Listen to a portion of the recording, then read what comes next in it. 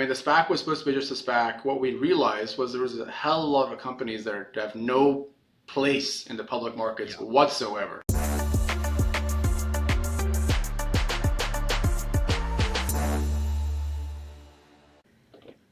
Boom. Okay. Live from the New York mansion here, Nader. This is Yeah, wonderful. I exactly. love this. All the square footage you ever dream of. Okay, so what's the difference rent wise, going from Houston to New York? What are we talking? It's actually this. So the cost of living in New York. It's an interesting thought piece here. Everyone always says it's expensive and everything's so pricey and Sure. complaining and venting. It's actually not that much more expensive. You just get a lot less. I play tennis over here for the same amount that you'd pay in Houston to get 40 courts that are readily available at pretty much any time of the day. Here you get maybe 3 courts, but it roughly costs the same on a monthly basis either to play tennis in New York City. It's just you get much less bang for your buck, and obviously on the real estate side too. But your cost is, because the reality is you probably wouldn't live in a 1,000 square foot place if you were in Houston, or 1,500 square foot place if you're in Houston. Yeah, you just spend more. You'd spend more, but you get more. Yeah. So anyway, that's how I rationalize it internally to make myself feel better at nights. It's look, the rent's a little steeper than Oklahoma City, that's for sure. Yeah, exactly. You get a lot. Yeah, you get a great bang for buck value there. Okay, so you missed Nate this year, which is It's like I unfortunate, find huh? that a little disheartening. Yeah. You're a real energy transition guy now. So did you have any FOMO at all on missing Nate, or are you at a stage where it doesn't matter? No, I'd love to. More V&E ties, the better. I know. I give respect to the There's no the tie group. this year, by the way. There was no, Oh man, we that's don't want to make the unfortunate. sponsor, but there was a belt situation. They gave away belts. Unfortunately, I waited too long. All the belts were gone, which is like first You time got I've there seen too the late. souvenir disappear, before the end of the party. You So stayed at the K&E party too long, probably. We'll just put it no, that out was there. after. That was Oh, that after was they did after. the standard, Vianney first, mild overlap with the Kirkland party, and the Kirkland party had cowboy hats this year. That's what they had. That is pretty nice. Which Well, is what Vianney had last year. I did miss Nape. I did make it out last year, but we're in the middle of getting our deal closed. So it's been, we've got to keep the priorities straight, Raj. We Yep. can't do everything in life. We're I a mean, team of you're two at ESGEN, so we don't have the benefits of an admin or a executive assistant to help with planning my Nape schedule, Well, unfortunately. I appreciate the fact that you are partially subsidizing. You and your It's various true. sponsors. You're partially subsidizing these NAPE parties for me to attend, where I generate no fees anyway. So like it is what it is. That's Very true. good. Yeah, all those vendors will be very happy come March when we close ESGEN. Yeah, exactly. Okay. Well, that's awesome. Well, you definitely moved on to the energy transition side now. So okay, let's get into it a little bit story wise. You grew up in Houston. The only time you were out of Houston is you went to school in California, where it sounds like you have a lot of family, and came back, started investment banking. Sounds like oil and gas focus, sort of in that early shale era, and then you hopped on to sort of be on the private equity side, and then moved on to the Portco side. And let's walk through that. So that was a big shift change. Was there a goal where you wanted to do that, or was it, like if you look back on it, you wanted to stay on the private equity side? What was the thought? Yeah, it's a piece that I think about, more often than I probably should to be healthy. But so I was at Morgan Stanley. It wasn't just oil and gas. It was technically, there was some renewables that was getting done, Oh, right, really? with the Global Power and Utilities Group with This GPUC. is So this is 2012, 2011, 2010, 2010. 2010, 2011, or 2010 to 2012 was my time there. But there was collaboration with the power side. There was collaboration with infrastructure. So Hmm. I'd say, but I mean, all the hype and the craze was oil and gas, right? That was the beginning of the shale Right. renaissance, and the Bakken shale had just been. Yeah, I think it was who was it? Brigham had just released some high IPs, and then everyone started to begin a land grab. in the Williston Basin, and Statoil came in and bought everybody out, and Mm-hmm. it was the beginning of that. So yeah, I spent a lot of my time on the upstream side, but it was a lot of midstream as well and a lot of power.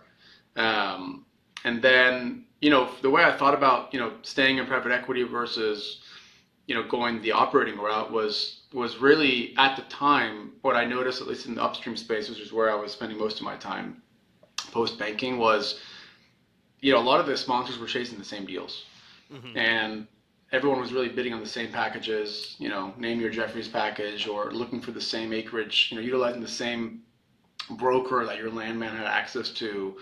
So I was like, well, where do you have a better competitive advantage to actually generate outsized returns? Is it going to be at the sponsor side, or is it going to be at the operator side? So that I was thinking, if you can just kind of situate yourself with a high quality team, Mm-hmm. management team, you should technically have better odds to generate outsized returns. Even if it's a 1% advantage in the long run, you're better off being, in an operating crow that's effectively commoditized business, right? It's not a technology business where you're forming one idea that has a binary outcome. So that was really the trigger, was to kind of get out. And also, there was a lot of my peers were going down the PE route. No disrespect to them, but it was a very similar language that they all spoke, and it was a very conventional path that I just said there could be a lot of ways to make more money here at the operating route.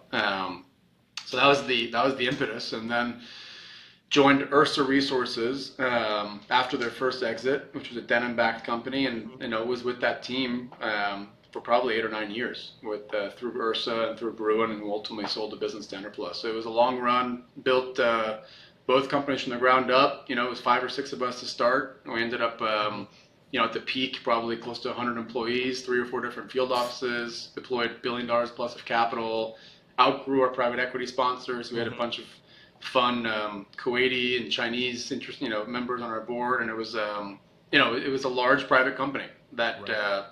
in a normal industry where there was demand for what we did, we would have been a public company, Right. right? We just happened to be in this unusual melting ice cube oil and gas industry where no one knows what to do with you, and Yep. we are where we are. Well, so it's kind of fascinating to think about. Your view was, I'll generate a better set of returns going on the management team side, which is true. Like if you sort of knock it out of the park from a management team or founder perspective, you could retire off of that. The inverse of that is your floor is way lower, right? Which is like the average management team does not have that same set of odds. Whereas the average Yep. fund, the returns are going to be better because you have a big portfolio that's diversified, right? Yeah, no, totally. That's You're why I kind was of on saying. I the mean, right side of it. if you can align yourself with that, with the teams that actually can deliver, Yeah, then I think you're better off, right? It's like, if yeah. you can get into that community, then you should be better off. And if In you have theory, enough I mean, like shots on goals, it'll yeah. work. The tough part is we've seen it where there's a series of management teams that have generated a bunch of returns, knocked out of the park, and there's a certain iteration where they just get completely smoked. Yeah, And you can sort of like dissect why that is, whether that's like, like generally speaking, it's some like over leverage issue, right? Like we over levered it, we drilled it too much, yep, commodity prices collapse, there's no liquidity, we gotta restructure this whole deal. The assets don't go anywhere, but the equity got smoked. yep. The equity got smoked. So in some ways, I think, but do you still think that's true? Like, do you still think, No, like, because I mean, you can't lever these assets up anymore. yeah, That's the difference. I mean, it's these assets are priced to be owned for the long term yeah, now, I think. And hmm I don't know, I haven't really been following as much, the equivalent of the next Tuscaloosa Marine Shale play. I don't know if there is one.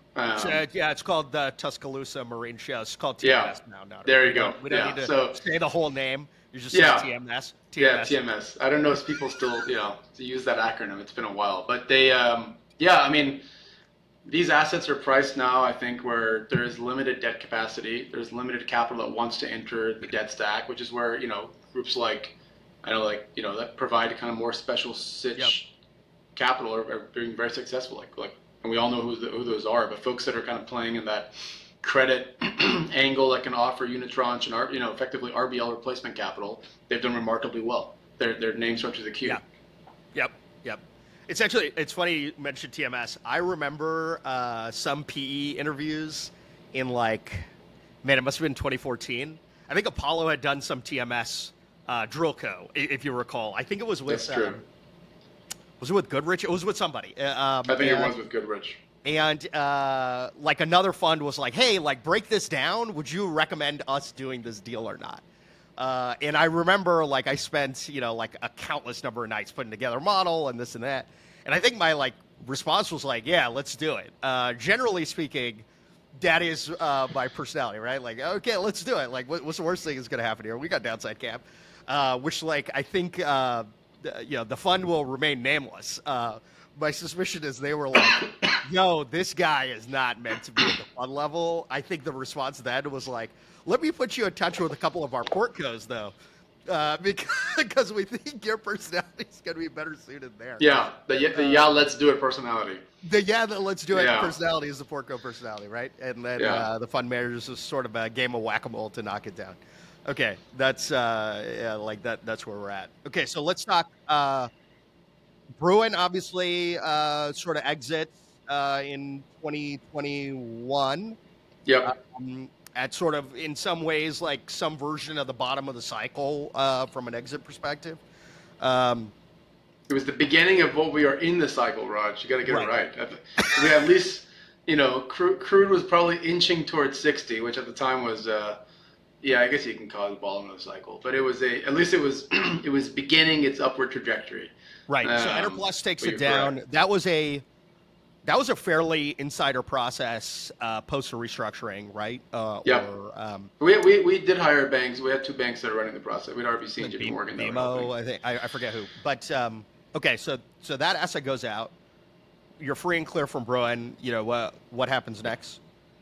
Yeah, so we sold Bruin. I was in the upstream game for 7 or 8 years or longer, 8 or 9 years. And I tend to forget 2020. For me, it was where I want to spend my time. It was a good exit for the management team. And it was really kind of how do I want to spend my time, for the longevity of my career, right? And where I was thinking about was, where's the velocity of capital going? Where's the velocity of IQ going? And is there a place where I can situate my skill set, right, and reposition that with a related sector to, that has growth, right? I think for me, it was what sector has growth where, you have a product that could scale easily, or at least if not easily, you could align yourself with a team to be able to scale it in a way where you could truly generate, highly outsized returns, right? So oil and gas is great. I think it's just, it's a commodity business that's growing at GDP roughly, right? So it's the growth had occurred in the U.S. and the reality is it's still occurring, right? Everyone keeps saying we've hit peak production, but every year we're still growing by 500,000 barrels a day. Gas is You're just not growing at the CAGRs that we were used to seeing in the heyday, right? Where that's right. And that's what, that's where the money flows, and that's where you have a piece of building a business, right? Like it's much easier to build something in theory where you have a tailwind, right? Like I'm building something in a market that's just growing 8 or 10% year over year. In theory, no matter what we do, this should compound some return. That's right. Yeah. And I think, for me, it was, my background's in finance, right? So I need to align myself where I need to be close to the capital, right? Ultimately, to be able to to be in a position to do something, right? And what I saw in speaking, I probably took 4 or 5 months off, spoke to a lot of investors, kind of mid-sized investors, large cap investors, VC investors that introduced, the whole theme of climate tech. Mm-hmm. And, no one was really chasing oil and gas, not because they didn't want to. At that point, there was a lot of fatigue, both on the investor side and on me personally. But it was just, I think people wanted something different. There was so much capital destruction that there was still kind of the early days of capital discipline, right, from upstream and midstream coast. So people were looking for something different. And the reality is the world was changing, right, under all of our feet. I mean, the world was changing and it has changed today. So I just said, hey, let's give this a shot. It was the mentality that you had in the TMS. Why not? Let's just do it. So I ended up partnering with a former colleague of mine who I worked with back at Morgan Stanley. and we, when ESGEN was formed, it was probably May 2021, started drafting the S1, did our IPO, industrial decarbonization SPAC, which was the theme of 2021, I guess, for a lot of energy transition funds or energy funds turning into energy transition funds. So we launched ESGEN in the fall of 2021. Was the SPAC the original like concept of getting in, or was it sort of a twofold, like, hey, we'll look at stuff on the growth equity side plus SPAC, or how did you think about that difference? So there, at that moment, if you recall, like there really wasn't much private equity entering, I'd say, energy transition. No, That was there all was venture. yeah, it was all venture, highly saturated. You saw all these new, I think it was Chris Sacca that raised lower Yeah. carbon overnight, right, with kind of the California fires in the background, and 3 days or whatever it was. yeah, raised 800 million with 15 phone calls. So it was that part of the cycle, right? So Right. there really wasn't much private equity. If anything, there was maybe sprinkles of growth equity. But no, I mean the SPAC was supposed to be just a SPAC. What we realized was there was a hell of a lot of companies that have no place in the public markets whatsoever. But the public But markets they didn't think that at that moment, right? At that no, moment, there was a the entire disconnect. There was a ecosystem thought disconnect. these companies should be public companies. It's okay. Yeah, well, think about it. I mean, the average SPAC had 300 million, probably 200 million in trust, and the average redemptions on those D-SPACs was probably 15%, 20%. Yeah, which is It was nuts, the right? Like in cheapest form hindsight. of Yeah. cheapest and most efficient way to raise 200 million bucks for a Yep. PowerPoint presentation business plan. Yeah. And Well, and but now 99% of those companies are effectively zombie codes, right? Because they're worth less than what they've raised. yeah, they're worth less than what they've raised, and they never should have gone public in the first place. And Yeah. you know, they are where they are. I think what we told our investors on the roadshow was we're going to bring a profitable company that's not a flying taxi, it's not a science project, that's a business that's easy to understand that you can model on a piece of a napkin. And it turns out that's very tough, right? To Yep. find a LTM generating EBITDA generating business in energy transition that the public could actually understand. So Yeah. that's what we told our investors, and we spent the entirety of 2022. We met with 400 companies across grid storage, across low carbon fuels, across circular economy, energy efficiency, you name it. And we couldn't find anything that really met that criteria. And it turns out 2022 is not a great year to tell any CEO, hey, it's a great time to go public. Trust us. We're gonna bring you all this capital, and we can you can just ride into the sunset, and it's going to be a great a great debut. It was very tough. So we ended up the SPAC vehicle effectively became in some ways a BD vehicle for private opportunities, where we were able to successfully deploy capital into two opportunities there, late 22 and into 23, before announcing our merger with Sunergy, which ended up meeting our criteria of being a profitable resi solar installation, sales, and finance company. So it was a long route to get to where we were, and it was not prescripted. I think it was one of these squiggly lines where you kind of move forward, go way back, and then ultimately, hopefully, you're just going up and to the right. But there was a lot of there was a lot of trepidation throughout that process. So 2022, you meet 400 companies, which is like sort of that. Of that 400, where would you bucket them now, right? Like what percentage of them are going to make it or have already sort of, like run out of capital or had to do some version of restructuring? What happens here? Yeah, we met with we took a shotgun approach. So it was a combination of utilizing our proprietary relationships that we had, but also every bank under the sun, was looking for a they've fee. got a list and they're public. But it was probably the lowest quality of bank pipeline deals that like I've seen in my career, like lower quality than TMS even. I mean, like it was. It We're sort of makes we're, sense, right? we're Like, going to keep because going back to the TMS throughout this whole podcast. I don't want to be known as the Raj. TMS guy. Okay. But like I think the takeaway here, right, is if you sort of think about it, the guys who are left on the list were the ones who weren't able to get on the boat when, like you guys sort of started at the tail end of the SPAC mania. Correct. Like the early part of the SPAC mania, that's when the right time was to get on the boat. And Correct. whoever you're seeing on this list couldn't get it done then, right? So by definition, it's going to be almost impossible to get it done. Most of these companies should fail Right. that we met with, because the reality is VCs tapped out, right? Yeah. They made their bets. Like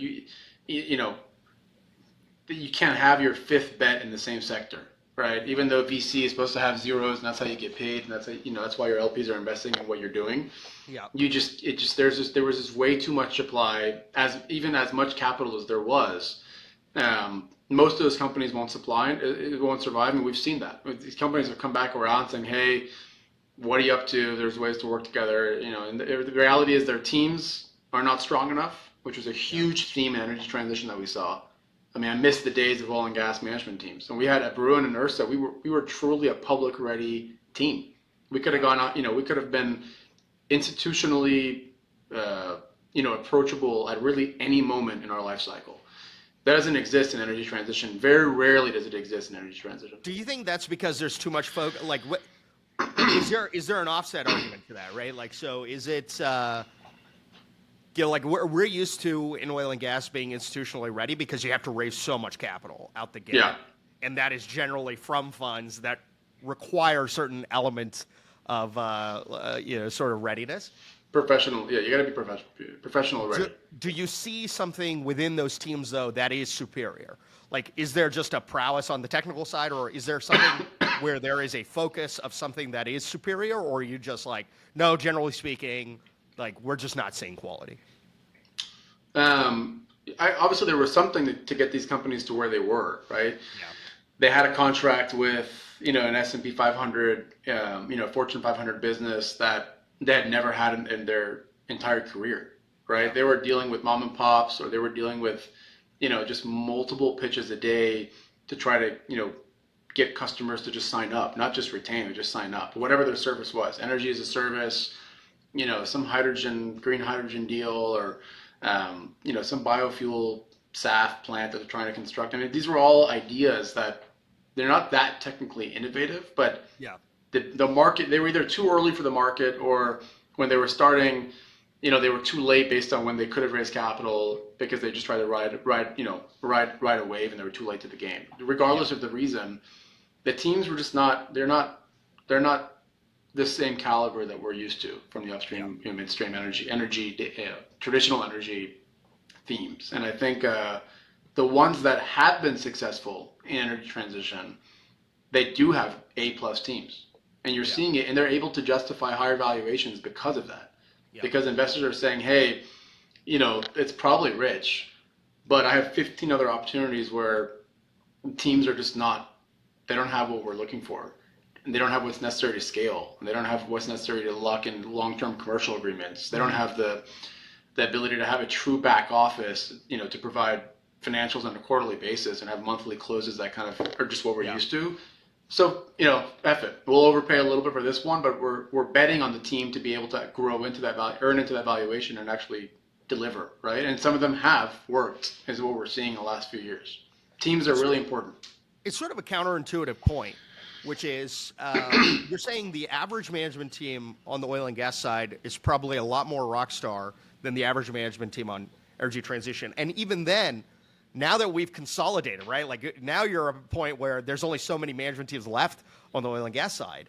It's you can make the argument pronounced. that the top decile on the oil and gas side versus the top decile on the transition side is almost light years different, right? Like in terms of. I mean, definitely. I wouldn't say top decile, but I mean, say, 75th percentile. There's a huge difference. Median, astronomical difference. But top decile. You start to look. Yeah, I think it's equivalent on both sides. Okay, so you and I have to go start a fund here, 2024, looking at transition-related opportunities. We've had some debates ad nauseum on like risk-reward. I feel like a lot of this stuff has asymmetric, like very limited asymmetric upside and a lot of downside risk. What do you think we go chase where it fits the what is our tried and true more private equity style return versus, venture return? Yeah. I think we have a lot of conversations about this one.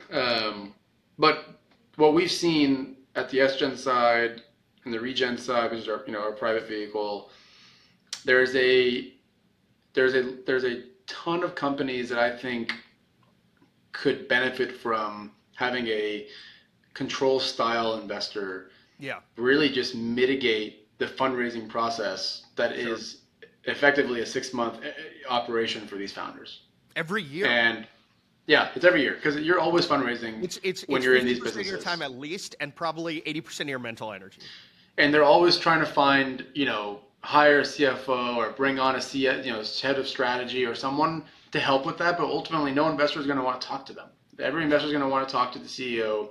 It's going to take a ton of bandwidth, and you ultimately lose, time that could otherwise be spent on your business, hopefully scaling your business, right? Yeah. If it's a true growth equity, way past the VC, life cycle. So like I see a huge opportunity in that of kind of, control like or controlling larger tickets, true, Hmm. I'd say private equity in nature, but really partner minded, right? So Yeah.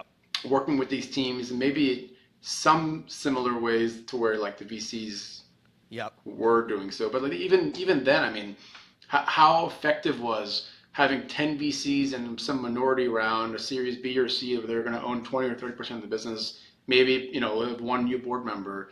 But how effective is that capital structure? Like, what advice are you getting? What level of attention are you getting from the 5 to 10 different funds in your group? Each one of them were apparently great partners, right? But Yeah. every one of them is in a different state of their own fund life. They all have different incentives from each other. One's trying to exit in this year, one's trying to raise a new fund that year. So I think Yeah. I think founders are seeing that, and management teams are seeing that there are synergies with just having one partner. Here's 50 to 100 million bucks.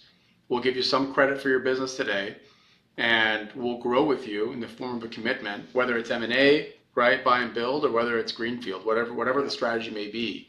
And that back end that you get on that capital, I've done the math a few times. It's actually not dissimilar Yeah. from raising five Several successful rounds of venture dilution. rounds. You're Yeah. going to end up owning 20% of your business anyway. So just take a 20% back end and just call it a day. Look, I appreciate, Nader's trying to make private equity great again. The sort of Yeah. energy transition Yeah. private equity great again, which I appreciate because you've got some like maybe a lot of people haven't seen you, and if they're not watching like sort of the YouTube or the Spotify, Nader has there's a very tall Persian je ne sais quoi, coming out here trying to make private equity great again. But like the counter here, right, is the barrier to entry to get that PE control check is much higher. Like Yeah. for that same reason we talked about, right? Like you don't want to back the average management team. The average management team on the transition side could go raise a couple $1 million in venture. That's your seed check to go start, sort of getting after it. That's the equivalent of the 2 or 3 year G&A commitment, right? And so there is, like there, by definition, you're going to have some difference there in terms of. Now, if the best have a choice, there's a couple different distinctions here. One is non-control capital, right? Which I think is probably the biggest difference. But I think there's some element to business plans where you're right. Like I think we've talked about this a little bit, which is, and I hate to say this, is nature-based. Like if you want to go do a nature-based project today, I almost think the right path of you and I is actually go talk to a handful of really high quality private equity funds, raise control equity capital across the board. Um, it's a commitment deal on day one, and then go talk to the big 25 public companies about being an off taker at sort of a price that generates private equity returns, right? Like that's sort of the math. The same could be true, let's say, in like a geothermal, which is like very similar. And for the life of me, I'm shocked that energy private equity has not yet done. They probably will. But I can't think of very many other categories where that concept of like, here's a small amount of G&A for a 2 year G&A deal. And if we're right, we'll go spend hundreds of millions of dollars in Yeah. generally in the ground with limited downside risk, or we'll just part ways, right? That's sort of the I binary. think no, I think there was many more. There's clearly more than just those two sectors, right? I think Right. it's applying either a combination of a platform approach, right, which is what you just described, Yeah. right? And yeah, there are probably limited instances of a platform company, right? I mean, RNG is an obvious one, Yeah. where you're actually, true greenfield development, right? Right. Hydrogen doesn't seem to be kind of capable to do that right now. We'll I see. don't know. Maybe Did you in see a few did years, you see but the announcement about the natural hydrogen deal that Coloma raised like $250 million to yeah, go drill drilling extra for exploratory wells? yeah for geo hydrogen, I guess we'll call it. Which I know. I mean, Samvita has a good. We talked about this too. I mean, Samvita has their gold hydrogen play, and By the way, you missed I don't Samvita think it's Day. dissimilar. Where I know I yeah, missed it. Moji's never gonna forgive me. But I've been there. I was there in spirit. I hope he had the same Persian food cuisine. Did he? he did, and I took your advice because you said like everyone ate that and then fell asleep or Yeah. started getting sleepy. And so since I was moderating the panel, like whatever at shortly after lunch, I was like, dude, I'm not going to eat anything yet. Uh, Otherwise, low energy moderator. That's guaranteed to never be invited again. Yeah, So but I don't think you can ever be low energy, Raj. You're a bundle of energy. But anyways, back to what I was saying. I think there are more industries where a platform approach could work. yeah, But roll-ups are still interesting. It doesn't have to be in, it could be traditional businesses that have an energy transition growth wedge, right? It could yeah, be an EPC business. It could be a waste management business. It could be a maintenance business, right? A company that just provides a service to provide, to make sure that, hey, these renewable fuels are actually renewable fuels, and they right. meet spec and they meet regulatory thresholds that then justify the credits that are going there as well. That business might have been doing the exact same thing for diesel and fuel oil, right? Right. And low sulfur, high sulfur, bunker fuel, right? They've just repurposed an entire business plan that's been working for multiple decades to low carbon fuels, right? But This is actually, yeah, that's not a new innovative yeah. technology, but it's a business that's investable today that already has some cash, clearly kind of more stable, old school cash flows, we'll call it, but a huge growth wedge. That's a more fascinating business concept, right? Because in our industry, oil, like if you think OFS, the assumption is like, dude, there's just no margin. Horrible business, cyclic. Yeah, No one wants to be in the OFS, business. No one wants to be in the OFS private equity business. Okay. yeah, Here, though, there is a it's contention to different. be made because there's standard growth, because it's less cyclical, let's say, and there's expansion opportunity, which like the private equity fund can actually create real value in, right? Which is like, Correct. here's your business today. This is a rightfully or wrongfully, this is a mismanaged gem, right? You've done a good job of building a business. We can pour capital in here, expand the lines of business, and all of a sudden, 1+1 = 4, right? Yep. And you're seeing more of that. It sounds like. Yeah, 100%. And you're seeing deals get done at reasonable valuations where there's actually a path to create value for both the investors and the teams, Yeah. whatever the strategy may be. And it's a lot of those sectors I just described. They're not, let's go start a green hydrogen devco, Sure. right? Where you're depending on 5 credits to get your project off the ground and a large strategic to take an outsized bet on offtake, right? When Yeah. they don't have to, besides the fact that it's green. So Do you I think? think there's ways to make money right now, more so than there was a year ago, and people are more Yeah. like they've right sized their balance sheets, they right sized their expectations to be able to get these types of deals done. Are you seeing a lot of these as like legacy family businesses, or call Yeah, it boomer totally. businesses, guys ready to retire? Yeah, Much more amenable to doing a deal at a reasonable valuation.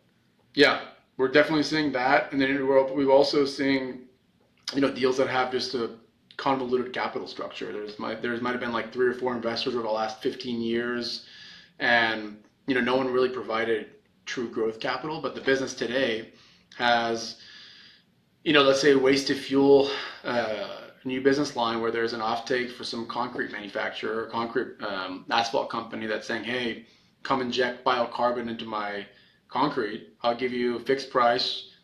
I want this much volume. It smells and it looks and it feels like a take or pay, right? And that could justify then that company to actually go and build out whatever that facility is for Hmm.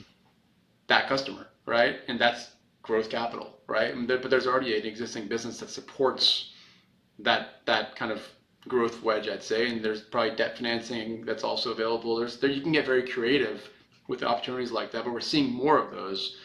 But those types of you know opportunities are not necessarily being pitched by banks, right? They're much more bespoke. They're yeah, you gotta have very creative sourcing, right? Whether and whatever your tactics are, I think that's what you have to depend on. I mean, we've talked about this. It feels like to try to generate a return in this category, you're kind of playing the game on hard mode. Like there may Yeah. be opportunities around, but they're not. It's not like shooting fish in a barrel or something. No, I think, but again, I think it's easier now than it was. I mean, hard mode was 2022 when like every company's valuations expectations were so high, right? We had one demo plant after a successful pilot. We have 10 plants in the pipeline. We want $1 billion valuation and give us $200 million of growth capital. Like those days are done, right? Well, 2022 is not that far from the peak, right? And so you're still in this like anchored to this peak valuation. Maybe you come off of it 50%. That's not enough. Like that's No. still not Yeah. enough, right? Like if Yeah. you were inflated 10x, you had to come down tremendously. And sort of go Yeah. through. And now there's sort of last year might have been the sobriety period. Oh, 100%. And this year things are getting done, right? The bid-ask spreads. It's similar to what we saw in upstream. Like nothing was getting. Every banker was coming into our office at Bruin between 2018 and 2020 saying it's the year of consolidation. It's going to happen. You guys need to stand up a real business, drill real wells, deliver cash flow, pay back your investors on a yield base, all that jazz that everyone now is saying. Now Bankers were singing that tune for a long time. They knew it was inevitable to happen. It was inevitable. But it was 4 or 5 years too early. Now it's happening at some rapid pace. Right. But the bid-ask spread ultimately collapsed, right? And now you're probably not seeing that to the degree you're seeing in oil and gas. But there's a huge consolidation play in utility scale solar developers and behind C&I, either front of the meter or behind the meter.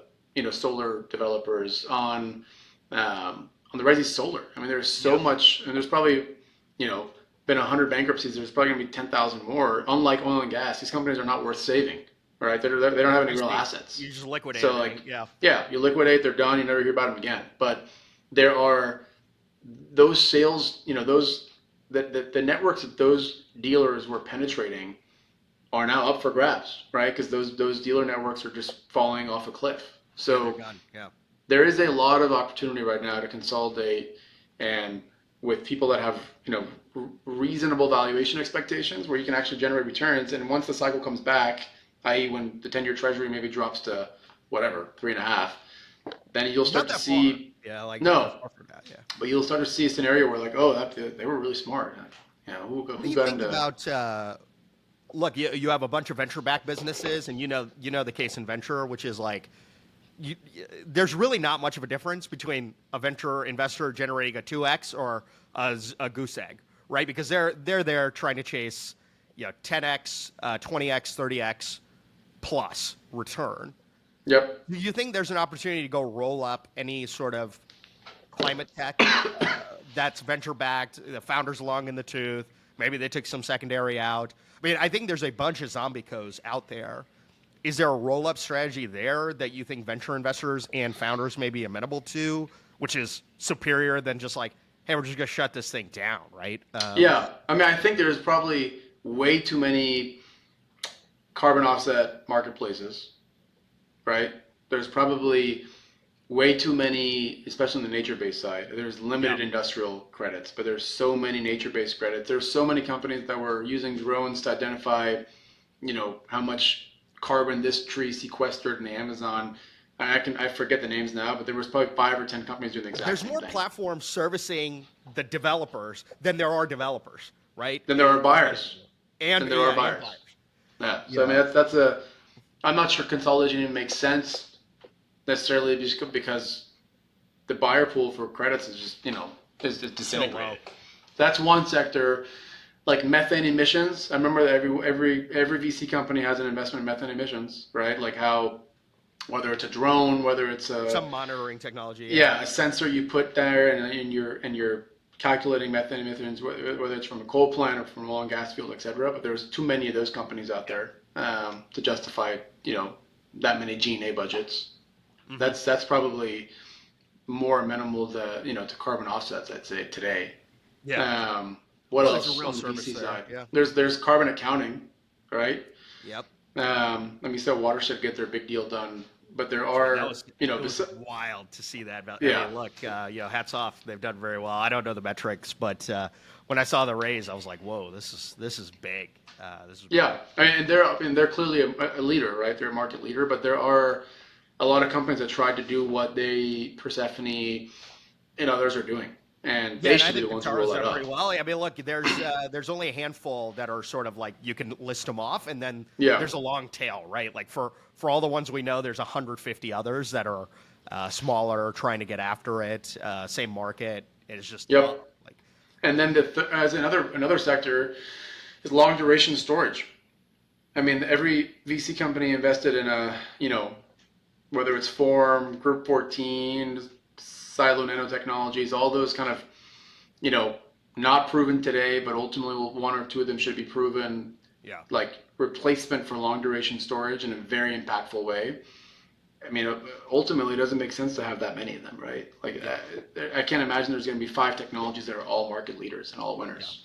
So Um, okay. so there's definitely opportunity there on the VC side. It's just it's not what I'm pursuing personally, right? But there's definitely, you know, Chris Saka's next 3 hour call, he can just do a roll up fund, lower carbon roll up fund, Okay, so we got to go do right. really Yeah, we well. got to call Chris and talk to him about this roll fund. So Yeah, you got to call Chris. what You are got to we bring him doing? You on. know, like you come on the founder side for a moment again. You know, come do God's work. What are we chasing? So on the founder side, Well, let me frame it this way: one on the transition side. You know, what would you go chase? And then, we'll cover oil and gas in a second. Then we'll probably call it. I mean, I'm probably speaking my own book here, but I do think this is a, structural low in residential solar in the U.S., right? Yeah. Like, I think it's unclear what business model will prevail. Like, is it the German business model or it's the American business model around how these panels are sold? But there's a lot of pain. But the reality is, I mean, that sector is 5 or 6% penetrated in the U.S. Yeah. Right? You know exactly what direction power prices are going. It's up, Yeah. to the right. Um, and I just think it's an easy business to get into. That if Yeah. you have some level of sophistication to be able to understand financing, Yeah. understand how to scale, understand different geographies and what those geographies offer, right? From an incentive standpoint, from a credit standpoint, from a metering standpoint. Um, I think it's a huge opportunity right now to get in by acquiring one or two or three of these super distressed installers, right? That have, you know, historically maybe 50 million in revenue that you can probably buy them for extremely discounted price, right? And just So restructure the business and try to grow it as quickly as humanly possible. yeah, I think that's really the name of the game. But I think a lot of these companies historically didn't make money, right? Because Yeah. they were mismanaged, they were very inefficient. Now, like, power prices have gone up, equipment prices have come down. It's an easy business for someone to get into. I wouldn't say it's like there's definitely risks with it around, Yeah. are you going to be squeezed out? So it's a land grab. You got to go big or you got to go home. It's But there also is a permissionless business relatively in transition, right? Which is, 100%. Yeah, it's you don't need very many approvals to make this work, which is no. probably the biggest list of why we say no on a lot of the other business plans, right? Is, hey, we need permission from these 20 people. We still don't know whether or not we're going to get it. And then, the bingo card comes up with some other reason why the project won't work, which is, again, Yep. wholly out of your control. That's not the case here, right? I think a business that is harder to get into, that if done right, you need more expertise for this. But it's power procurement for, that's backing, this AI renaissance that we're now in, So there's like right? priority power for AI data centers type. Sure, yeah. I mean, Priority Power has done a remarkable job, Yeah. right? But there are many other businesses that you hear about in that sector, right? That are, I don't know how well or not well they're doing, but they're not tapping into, at least I'm not hearing about them tapping into kind of more industrial, industrial warehouse or data centers or EV fleet charging, And right? that's the Like a move, lot of right? It's a these, 25-year PPA, probably, maybe yep, worst case 10-year, and extreme pressure for that to be renewable power in some form or fashion. the catalyst is we think power prices are going to go up and to the right. Why not lock that down? Well, and those landlords and those tenants can pay so much for power. It's like Bitcoin mining on steroids, right? Yeah. And There's so much margin in the business. There's so much and the margin. penalties for not procuring power are astronomically high, right? So all of a sudden an SMR might make sense, right? Or Yep. a bunch of battery packs on site that are not diesel, right? Might make sense. But those are interesting businesses, right? And just think about medium and heavy duty fleets, Yeah. right? In 5 or 10 years from now, whether it's Europe or the US, a lot of these fleet operators are electrifying. And if they're not electrifying, they're going to start at least that process, right? Yep. And they're all concerned about charging. They're all concerned about just like replacing tires, right? It's a proven model now how fleet operators replace tires, right? We've partnered, invested with that company, Apuria, that's done that very well. That's mitigated that entire tire management as a service concept for fleet operators. EV charging is definitely equally a concern. Maybe not today because they don't have a huge electrical fleet yet, but that is a real business. It's a huge power procurement business where you can generate spreads, right? The cost of charging your batteries off peak and then bringing back to FedEx or UPS or whoever. And at that point, those guys have to charge their trucks, right? They've already invested so much CapEx in that entire kind of infrastructure downstream that they have to get those things continuously moving. Yeah, they're already all in there, right? So they have to. What's it take to? But they don't want to get into that business. Owning and operating an EV fleet charging, not passenger vehicle, but fleet charging it's a very specialized business, similar to power procurement, right? You need to know the grid, you need to know how batteries work, you need to know how to charge, when to charge. There's a huge software component, there's a huge logistical component, but there's a ton of growth. It's sitting right in front of us, right? That could be an interesting platform concept as well. I'd say. Suited for the private equity. Yeah, could be. Yeah, for sure. Right. I mean, the underlying is still real estate in some form or fashion, and then capital you should get your money back on. So. Yeah, and you have a contract from a very well known fleet provider or it's definitely not suited. I don't think that's a venture business, right? That's no, more that's more sort of wheelhouse. Yeah, that's fair.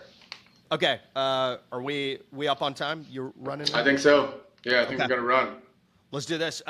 If you're what are we pumping here? If you're a founder looking for a growth equity check, looking for a great private equity partner to help make their business great, call Nader. What's the best way to reach you?